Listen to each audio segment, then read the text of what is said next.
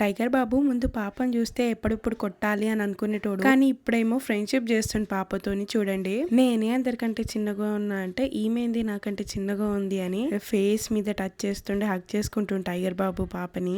కానీ మాకేమో భయం అవుతుంది, ఎందుకంటే ఎక్కడ కొట్టేస్తాడో పాపనని. అక్కని బంగారు తల్లిని చూస్తే ఇంకా సేమ్ ఉన్నారు కదా, నాకైతే అలా అనిపిస్తుంది. మరి మీకేమనిపిస్తుందో కమెంట్ చేసి చెప్పండి.